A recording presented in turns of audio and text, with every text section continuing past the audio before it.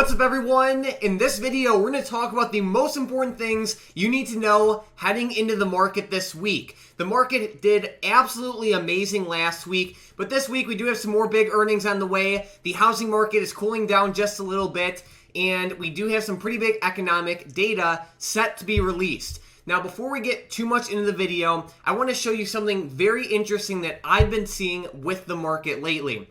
So if we look at the market's recent low to today's price, we can see that the total rebound for the S&P 500 has been around 14% from the most recent low to today. A 14% pop is very big, and let me put it into perspective. Earlier this year, we saw just a mega bounce in the middle of March. And while that was awesome, the market ended up coming lower just like a couple weeks later. But that's not the point. The main point is that from its lowest point to its highest point, even that was only a 12% bounce. And let's say we go back before the market even really started to sell off this year. If we go all the way back to October of 2021, from like its lowest point to its highest point, even only that was a 9% increase. So like I just said, from the low to the high right now recently, the market's up around 14%. That's awesome because it's been a brutal year so far, but let's keep in mind that the market is a tiny bit overbought to the upside, so we have to be very careful heading into this week with some of these stocks. I love to see stocks blast up, but let's also be strategic about how we play these stocks. If we look at let's say we look at Amazon, right? It's a huge company, one of the biggest companies out there, and from its low to its high over like the past month or two, it's up over 40%. That's a lot. So guys, keep this in mind. We're seeing a lot of really big moves in the market right now. So don't get too caught up in the hype. So I just wanted to get that out there. I wanted to be the first thing I said so people can keep that in mind. But as you guys can see, Tom is not with us today. He will be in tomorrow's video. But getting further into today's video, some of the most important things we need to keep in mind for this week, besides the market's technicals, is we have huge inflation data coming out on Wednesday.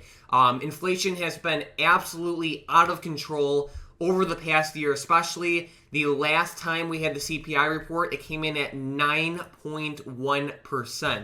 That is horrible. So ideally, we want to see inflation calm down. If we do not see inflation start to calm down, that will likely make the markets panic quite a bit, because what will end up happening is bonds will continue to sell off, and rates will rise accordingly, and then stocks will probably take a beating too. So just keep in mind, inflation data on Wednesday will be extremely important. The inflation data will release 1 hour before open on Wednesday.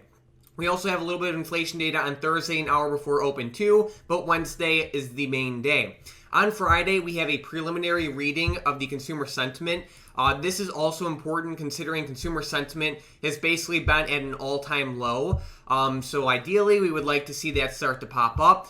This is a preliminary reading, so keep that in mind. But the main thing to know is Wednesday we have big inflation data, a little bit more inflation data on Thursday, and then Friday we have consumer sentiment. The consumer sentiment comes out at 10 a.m. Eastern time. So keep that in mind. And then as we go through the earnings for this week, we've had a bunch of big companies report over the past couple weeks. And while we are starting to see a minor slowdown in the earnings season, we are still set for a pretty big week. Tomorrow we have Palantir reporting earnings right before open.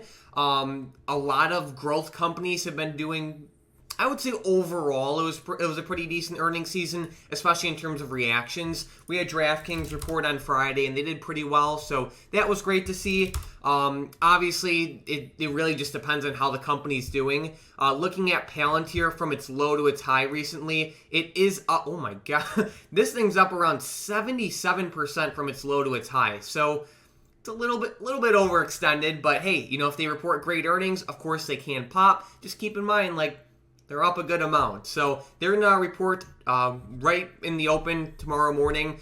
We also have Upstart after market close, which is UPST. On Tuesday, we have Norwegian Cruise Lines. And then after close on Tuesday, we have a pretty big day as we have Coinbase, Roblox, and Unity set to report, so that will be big. Tuesday is probably going to be the biggest day this week. On Wednesday, the main stocks that I will be watching is honestly mainly just Disney after close. So keep that in mind. And then Thursday we have Rivian after close, and that's about it. Feel free to screenshot this chart here to save it for the rest of the week. But I think Tuesday is going to be the biggest day with Coinbase, Roblox, and Unity set to report. Another interesting thing I saw is how there's a lot of talk about the housing market starting to slow down a little bit, which is a good thing in some ways. Inflation's been brutal, as we all know, and it's good to see a slight calm down, like a slight, calming effect, because you can't just have prices blast to the upside forever and never pull back, okay? So basically what we can see in the chart right here is that according to Redfin, 8% of housing listings had price drops, and this is like one of the highest points over like the past 20 years.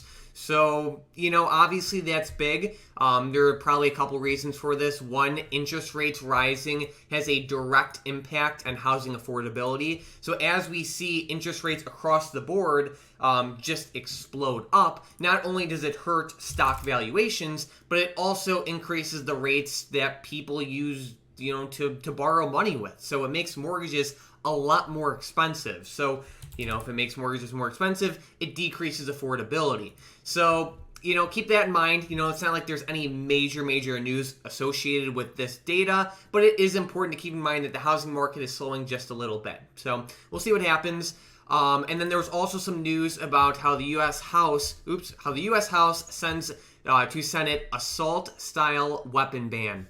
So there's been a lot of talk with banning guns this year, and a lot of just talks about regulations related to firearms. The main gun stocks out there are SWBI, which is Smith & Wesson, and RGR, which is Ruger. Basically, whenever we see any fears of any new regulations being passed with firearms, normally these stocks do tend to get some sort of positive momentum with them, because people tend to buy the parts that will be banned before they end up being banned. So just keep these stocks on your radar. I will like SWBI a lot more than RGR. These stocks are interesting in the sense that they don't really move too much with the market, and when they do move, they move a ton, but those moves are rare. So for example, Smith & Wesson will literally do nothing for a year straight, but if there's like one big catalyst, this stock can just blast up in a gigantic way, as we can see on the yellow highlight right there. So with the gun stocks, they're interesting. Most of the time they do nothing, but if there's any big catalyst, they can really blast up. So just keep them on your radar. Just want to give everyone a heads up related to that. But looking more at the market, we're seeing a lot of stocks pretty high, which is good right now. After the past 2 to 3 weeks, we've been seeing a lot of bounces. But remember, we are seeing a little bit of overbought. We're in a slightly overbought level. So with that being said, let's get right into the momentum plays for tomorrow. With the first one, we have Beyond Meat, and this one's to the upside. Beyond Meat has had a ton of momentum over the past couple weeks, and especially on Friday. Looking more at it intraday, we can see that it had a high intraday right around $39.64. So if we could see a clean break above that level, it definitely has potential to run more tomorrow. What was also interesting that we could see is there was a ton of very good volume. We could see right here at the bottom. I'm going to remove that, but you can see how much more volume there was on Friday than like any other day, basically. So that's a good sign. With the next momentum play, we have JP Morgan. Banks have been pretty bad over the past year, even though interest rates are rising, which is actually a good thing for banks.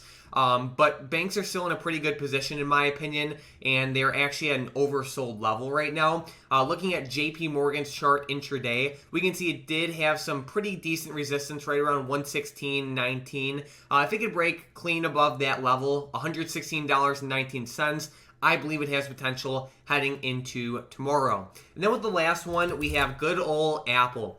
So Apple is at a point right now where, yes, it does have a lot of upwards momentum, but it's still very overbought. From its low point to its high point over the past couple weeks, it is up like 26, actually like 20 29%, like that is huge for a company like Apple, and it's overbought. That's the best way to say it. So looking at Apple for tomorrow, even though it has a lot of upwards momentum still, it is overbought. So for that reason, if it breaks below the support right around $164, I will definitely be eyeing it to the downside. We can also see 164 acted as a support level in the past, right around here on the 28th, July 28th. And then you could even say right here on August 3rd, and then honestly even on August 5th, which was Friday. So if Apple breaks below 164, I will be watching it to the downside. And then for JP Morgan and Beyond Meat, I'm watching those plays potentially to the upside, only if they break the levels I said.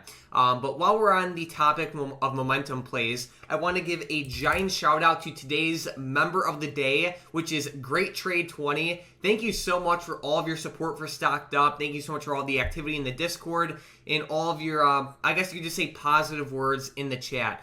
Tom and I really appreciate you, and thank you so much for being a great member of Stocked Up. So huge shout out to Great Trade 20. We really appreciate you. But guys, overall, heading into this week, we have a lot on the schedule in terms of economic data with inflation. That will be very important. We have a couple big earnings still, and the stock market has been blasting up. So I think overall, we're set for a very good week. Guys, if you are new here, make sure to subscribe. I post brand new videos every single day, and consider joining the Stocked Up Discord. It is completely free. It's going to be that first link in the description and the comments down below. You can chat and network with a bunch of other great traders and people, and you can get some free day trades in there. So definitely check it out. Besides that, let's have an amazing week.